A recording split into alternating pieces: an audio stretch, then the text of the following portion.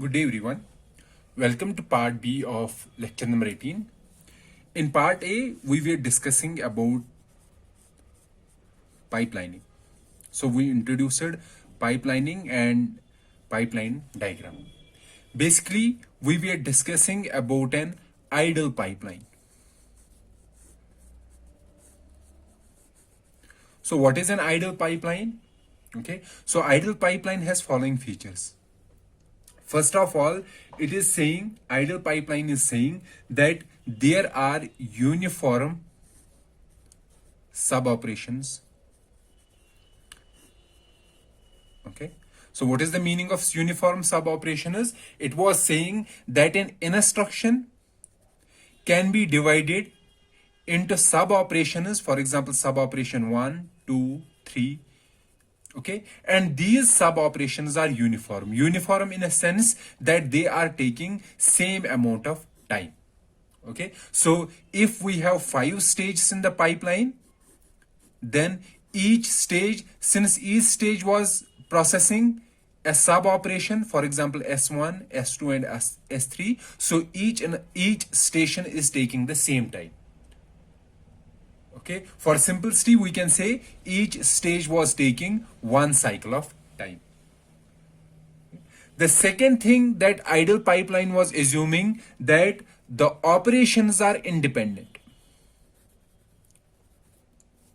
Operations are independent. Or we can say instructions are independent of each other. So we have instruction I1, I2, I3, and so on. These are our instructions, and when these instructions go through the pipeline, these instructions do not depend on each other. So one instruction does not affect the other instruction, and if these two assumptions are true, then the speed up of an idle pipeline as compared to a non-pipeline processor will be equal to K, where K is number of stages. Okay, or we can say speed up is CPI of non-pipeliner processor divided by CPI of pipeliner processor. So in that particular case, it will be equal to K, where K is number of stages. However, the idle pipeline, or we can say these two assumptions, are not always true. Not always.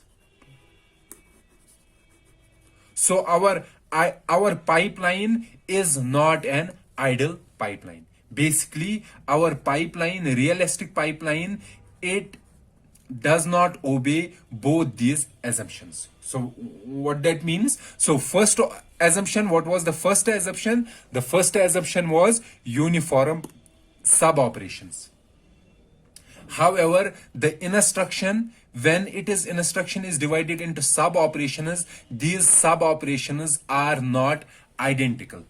In a sense, we can say that the amount of work done by each stage is not equal.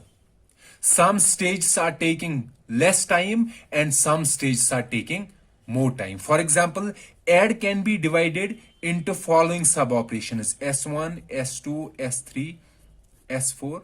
Okay, and these sub operations, let's say fetch computers sub operation 1, decode does S2, and execute S3, and so on. For add instruction, execute takes, for example, 1 cycle. Okay, however, if we have some other instruction, let's say multiply instruction, then execute stage for this particular multiple operation or multiple instruction, for this particular instruction, it is taking more than 1 cycle, let's say 2 cycles or 3 cycles. So here we can see that each instruction, the sub operations of each instruction are not identical. Some sub operations, or for some instructions, stages are taking less number of cycles, while for some other instructions, stages are taking more amount of time. So first assumption, that was the operations are uniform, this is not true in case of realistic pipelines. The second thing or the second assumption that our idle pipeline was assuming that operations are independent of each other. However, operations are never independent of each other. Some operations are dependent upon each other. For example, let's take an example. Add x2, x3, x4. Okay, so what is this instruction doing? It is adding x3 and x4 and putting the result in x2. Now let's say after add we have instruction sub x5, x2, x6. So what is this instruction? This is instruction 1, this is instruction 2. Okay, so what is this instruction 1 doing? Sorry, so instruction 1 was add x2, x3, x4. So it is adding these two registers and putting the value in x2. Now what is sub doing? It is subtracting x6 from x2. However, x2 is generated by this add. Generated means that the destination register is x2 in case of instruction I1. So first I1 should complete, then only I2 can process itself, because the data of sub 2, one source data is generated by instruction I1. So here these two instructions are dependent on each other. So operations are not always independent. And because of this dependency, if we allow these instructions to go in the pipeline, then there will be an error in the final result. So this is one kind of dependency I am showing here. There are many different kinds of dependencies and we will be discussing all those dependencies. So here you can see that operations are not always independent. So there is dependency between the instructions. And because of these dependencies, we have to make one instruction to wait for the other instruction. Okay, and if we didn't wait for the other instruction to complete, we will have the final error in the final output. Okay, so our realistic pipeline, in the realistic pipeline, there is neither uniform sub operations of each instruction and operations are not independent of each other. Okay, there is another thing that idle pipeline is assuming. Idle pipeline is assuming that there won't be any interrupts. So it is not providing any scheme of handling interrupts. However, in the realistic pipeline, we will be having interrupts and we need a scheme to handle such interrupts or handling such exceptions. Okay, and the topic of today's topic in this particular lecture, the discussion will be what kind of dependencies are between the instructions. So we have to discuss the dependencies, or we can say pipeline hazards.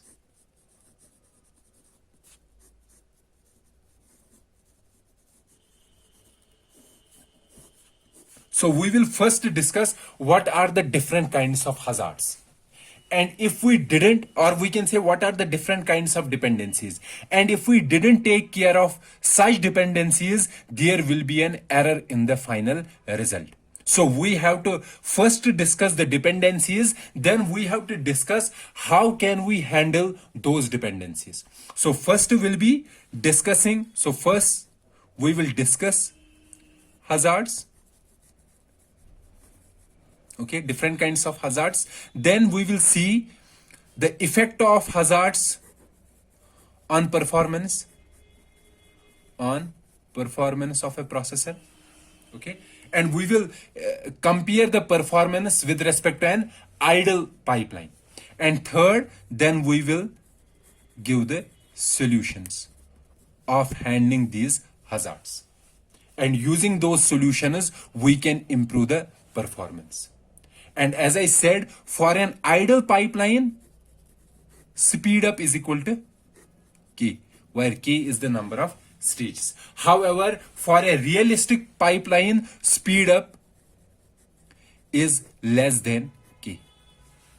And why is less than k? Because there is dependency between the instructions, and in some cases we may have to wait, and because of waiting our performance will decrease. So speed up will be less than k.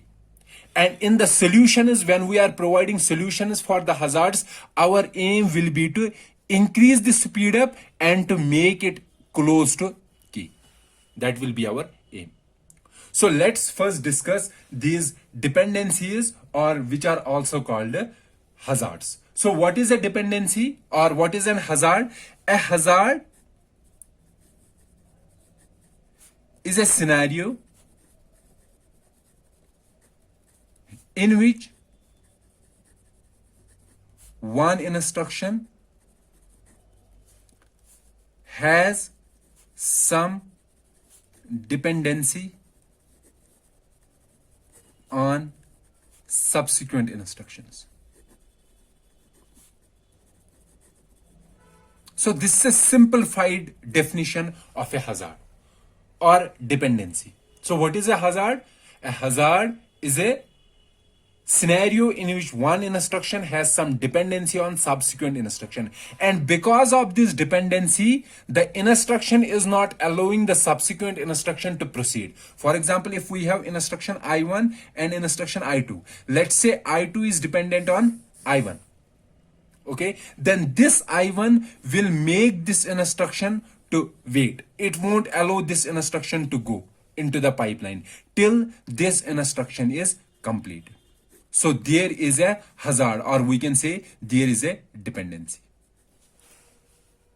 Okay. Now what kind of dependencies are there? There are different kinds of dependencies, or we can say there are different types of hazards, and we will discuss all those different types. So first type is called a data hazard.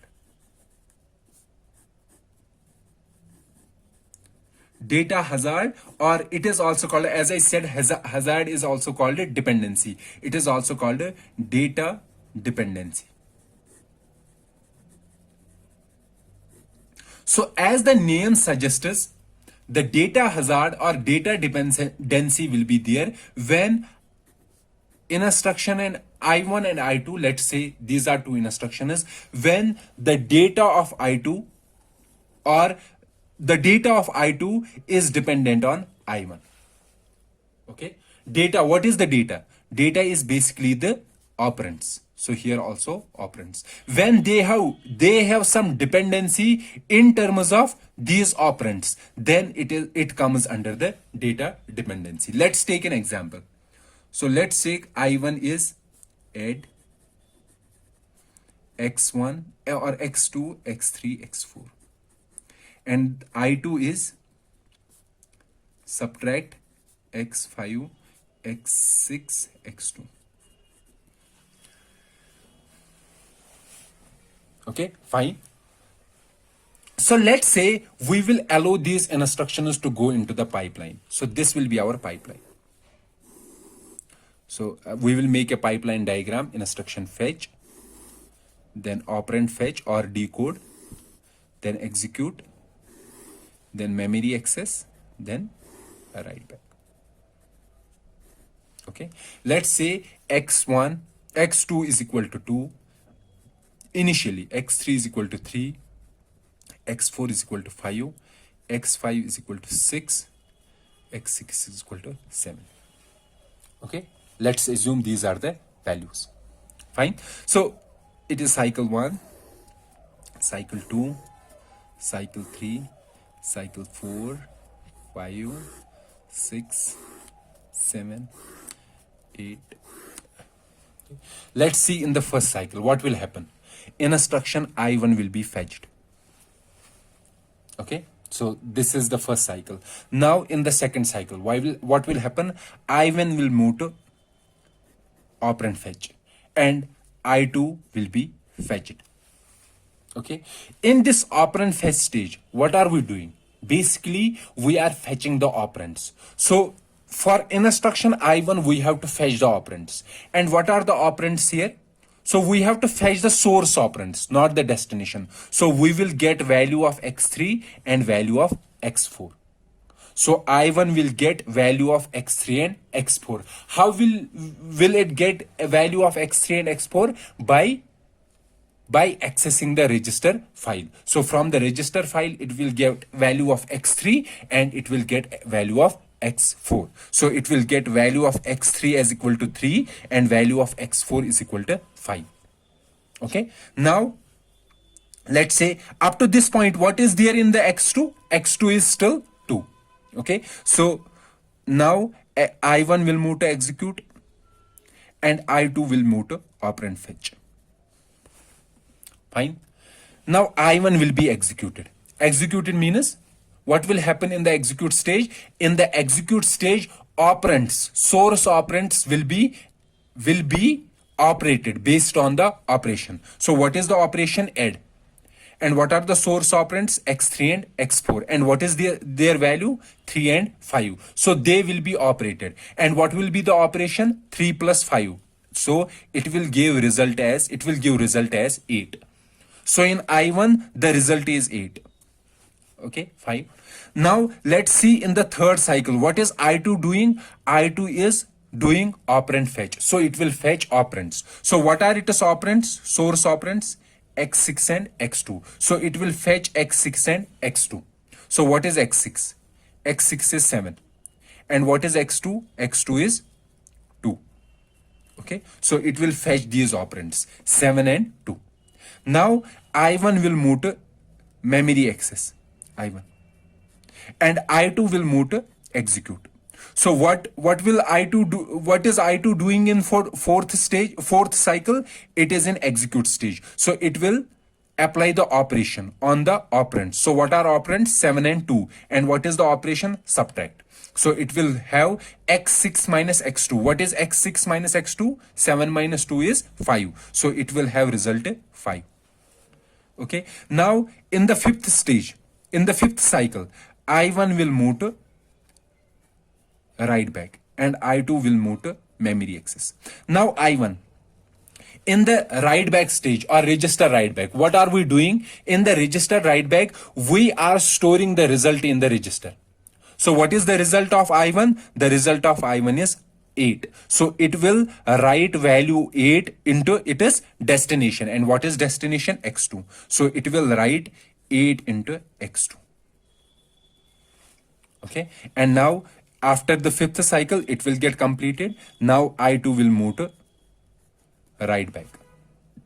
So it will write back its value, its final value into the destination register. And what is destination? X5. So X5 will get, and what is the value of I2? Final result is 5. So it will get 5. So and after that it will exit. So now after the execution of these two instructions, I1 and I2, what is the value in X2? X2 is 8 and X5 is 5. Let's see if this is correct. This is correct or not. Now, if you take this instruction I1, what is this doing? It is adding x3 and x4. So x3 and x4 is 5 plus 3, that is 8, and storing the value in x2. So x2 will get 8. Okay. Now let's see instruction 2. What it is doing? It is subtracting x2 from x6. What is x6? 7. And what is x2? 8. So 7 minus 8 is minus 1. So x5 will get minus 1. But here, since we are allowing it to go into the pipeline, what is x2? 8. And what is x5? 5. This result is wrong. And this is the actual result that is correct. So this pipeline gave us an incorrect result. And why it gave us an incorrect result? Because this instruction, I2 instruction, its one source operand was dependent on its destination. Okay. And when we are allowing this instruction to go into this pipeline, this data was not generated by X2. When this data was needed, this was not generated by X2. When was this data needed? This was needed in operand fetch stage. And this instruction has produced this data in the write back stage. So it was needed here but it was generated here. So we have to handle such dependency. Okay, so because of this problem, we have to make this instruction to wait. Why we have to make this instruction to wait? We have to make instruction I2 to wait because the data that it needs, it is generated by I1, and at this particular point I1 is in which stage? Execute stage. But the data that is needed by I2, that is generated in the write back stage. So this instruction has to wait till this I1 reaches to the write back stage. And after the write back, when this write back is done, it will write its data into X2. Then this instruction I2 can read it as correct X2 value. Okay, so here is a dependency, and because of this dependency, if we didn't handle this kind of dependency, there will be an incorrect execution. So let me write this dependency again. So we were discussing about a data dependency. Data dependency. And one example I showed is, so what is a data dependency? Data dependency is when there is dependence between the two instructions in such a way, when there is dependency between the two instructions in such a way that their operands, source operands or destination operands, are dependent on each other. So let me write an example. X2, X3, X4. Subtract. So here is a data dependency between this source register and this destination. Okay, so we want this instruction to complete, then only this can move forward. Okay, the other example is, let's say I3, I4. For example, right?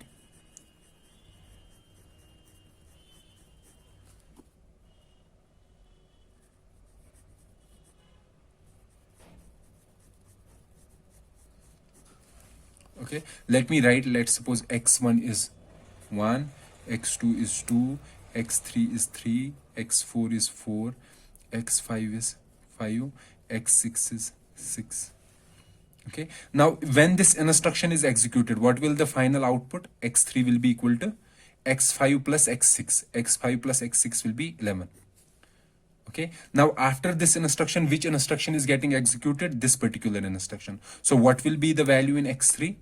X2 plus x1. X2 is 2 plus 1, that will be 3. So final value in x3 should be equal to 3.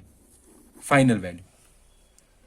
Okay, however, if in the pipeline this instruction was executed before this instruction, so actually which instruction should be executed first? This should be executed first and then this. However, there are processors which are called out of order processors. Out of order processors are those processors which execute instructions out of order. They do not maintain this order. Okay, what does that mean? So sometimes they will execute this instruction before this instruction. And I will explain why this out of order execution is important in some scenarios. Okay, so we will explain there. So what I am saying, that if there is a processor that executes instructions out of order, that means it will execute this instruction before this instruction. So if it does, then what will be the final value in x3? The final value in x3 will be x. However, our actual value should be 3. Okay, so if we didn't maintain the program order, that is, if we did an out of order execution, that means we change the order of instructions.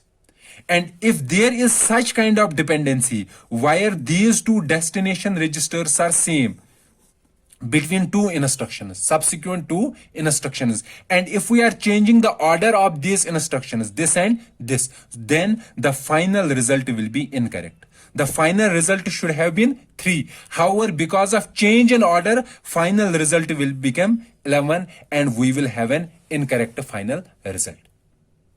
Okay, this is second example. So in the first example, the source register, okay, was dependent on the previous destination register. Okay, or we can say data generated by I1 was required by I2, or we can say the destination register of I1 and the source operand of I2 are same. Okay, then this is one kind of data dependency. This is another kind of dependency. So what is here? The dependency is that both the instructions have same destination. Okay, and if they are writing in the same program order, same, first I3 is writing, then I4 is writing, then there won't be any issue. However, if program order is changed, then there will be an issue. So this is another kind of dependency. The third kind of data dependency is like this. Let's say I5 and I6. So this is add x2, x3, x4. Okay, and subtract x3, x1, subtract x3, x5, x6. Okay, here, so keeping the same values, x1 is equal to 1, x2 equal to 2, x3 equal to, now let's take what should be the final value in x2. X2 should be x3 plus x4. So x3 is 3, x4 is 4, 3 plus 4 is 7. And here, what should be the final value in x3? The final value in x3 will be equal to, so what should be there? So final value in x3, x5 plus x6. x5 plus x6 is 11. Okay, this should be a final result. Now, if again there is change of order, so there is change of order. So that means instruction I6 is executed before I5. Then what will be the final value in x3? x3 will have 11 and x2 will have, so x2 will be x3 plus x4. x3 is 11 and x4 is 4. So 11 plus 4 is 15. So this will be an incorrect result. This is our actual result that we want. However, because of change in order, there is an incorrect result. Okay, and here what is the dependency? The dependency is that the source operand, this is source of the first instruction is dependent on the destination of second.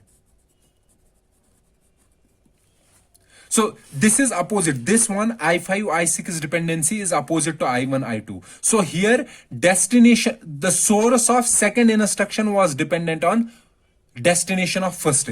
Here we have source of first instruction has relation with destination of second.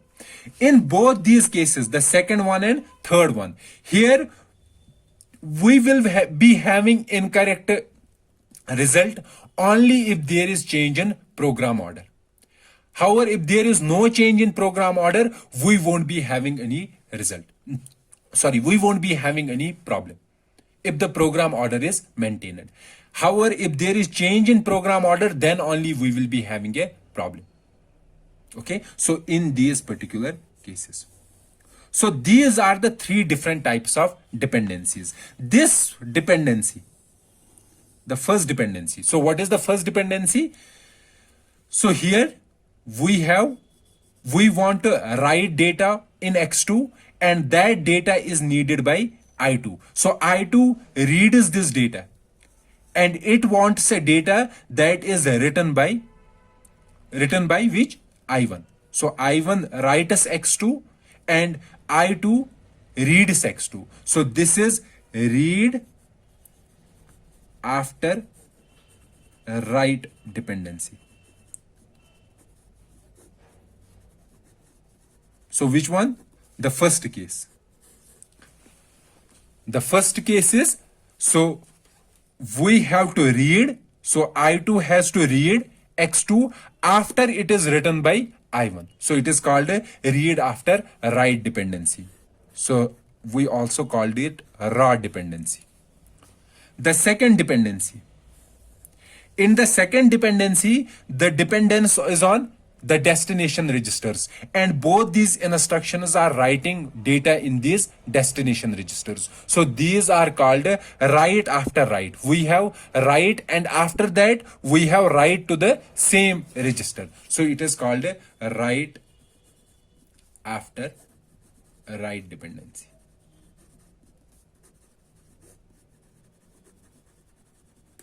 Or wow dependency.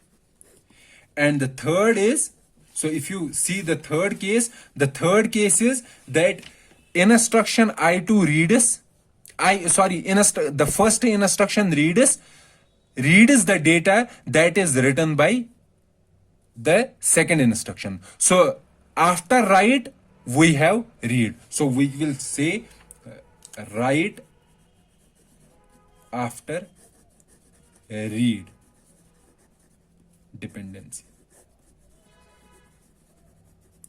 It's also called a war dependency.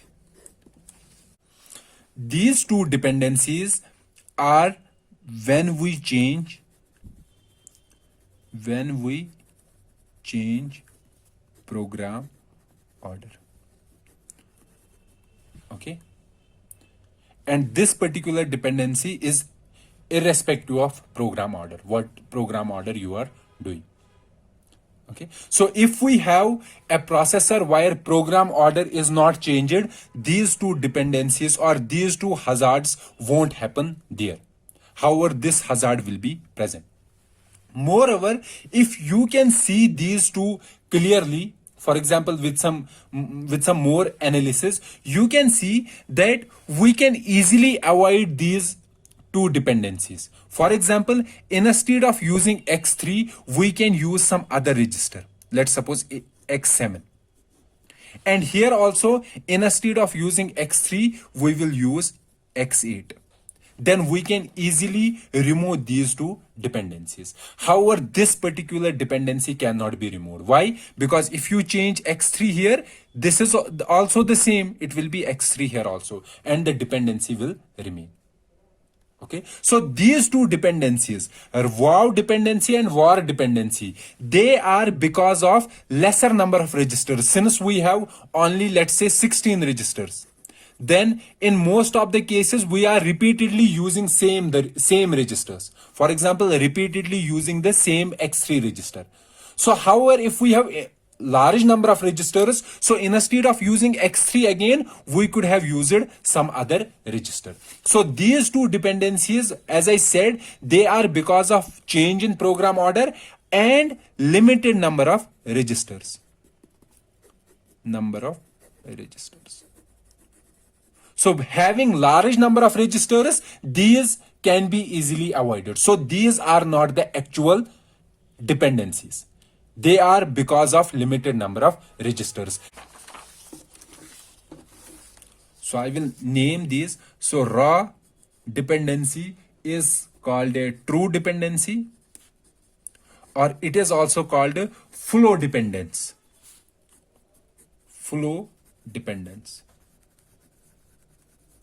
The second, which is write after write, or also called output dependency.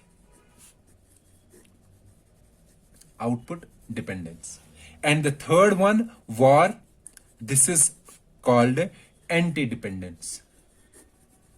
And this is called output dependence. However, these are not true dependencies. They are because of limited number of registers. And if we have large number of registers, these dependencies can be easily avoided. So this is the main dependency that we have to handle. Okay, so we discussed one kind of hazard. So what kind of hazard we discussed? We discussed about the data hazards.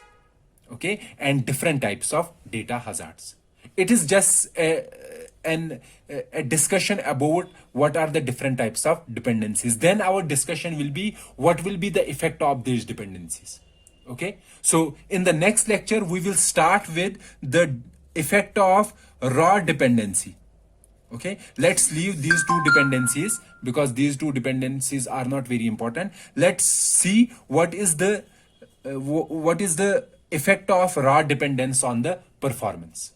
Okay, and then we will discuss other dependencies and their effect on the on the performance. Then we will provide solutions to these different kinds of dependencies. So let's meet in the next lecture. Till then, goodbye.